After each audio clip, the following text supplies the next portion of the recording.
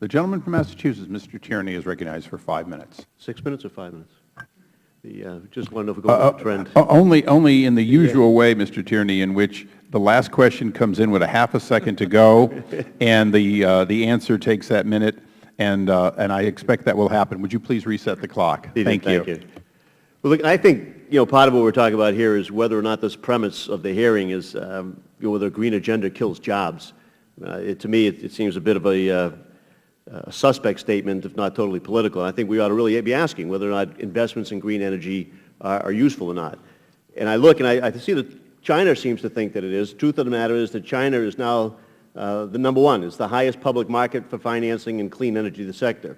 We're number 3. We used to be number 1. We're number 3 now, behind China and Germany. China has secured $47.3 billion in asset financing in 2010 for clean energy projects. We had $21 billion. 60% of all clean energy technology IPOs in the world in 2010 were from Chinese companies. China has created 16 national energy research and development centers intended specifically to drive innovation in the clean energy sector. By the end of 2011, national Chinese research and development expenditures are expected to rise 11% over levels earlier this year.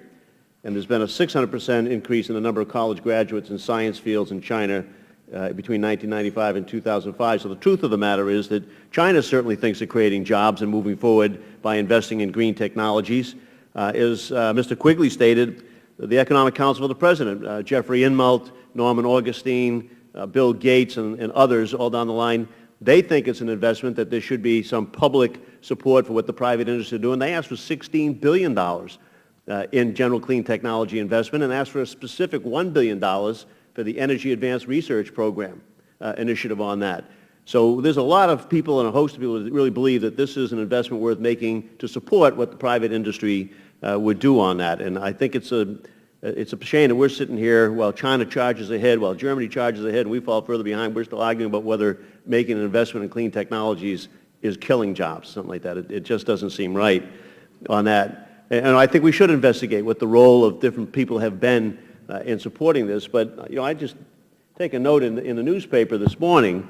There's a bunch of articles in the press suggesting that 10 Republican members of our committee wrote letters to the Department of Energy praising loan guarantee programs.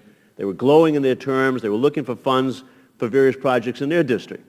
So apparently nobody wants to pick winners and losers unless we can pick winners in a specific district on that. Let me read from one of the stories. It's an article that ran last night in Energy Daily.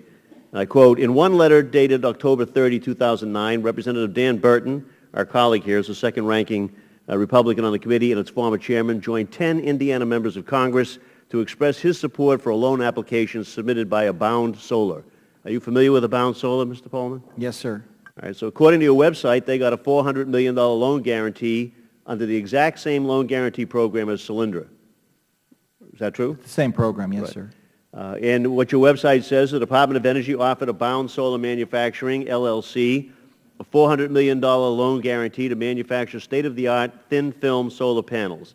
The project includes 2 facilities, one in Longmont, Colorado, and the other in Tipton, Indiana. Is that right? As I recall. So Mr. Issa says that doing things like that is a kind of a backdoor corruption. Do you think that a member sending a letter in support of a constituent company suggesting that they might benefit from a program like this is some sort of corruption? Let me be very clear, Congressman. I don't think it is. We welcome all correspondence from Congress and treat it respectfully. However, when we're looking at these proposed loans, we analyze them purely on the merits. Well, one would hope so. On the one hand, we have those 10 members putting in a letter and suggesting it go to their company in their district, and then the next time they're on Fox News saying the whole green thing is a scam in the first place. So I guess we'll have to go to those members and decide which it is. I noticed that our chairman, Mr. Issa, who talks about this being a job killer and backdoor corruption, himself wrote a letter to the Secretary of the Department. And I just quote from the first part. "I write to express my support of Aptura Motors. An application for a loan under the Department of Energy's 136 Advanced Technology Vehicles Manufacturing Incentive Program, ATV MIP." And later on there he says that Aptura's project will also promote domestic job creation.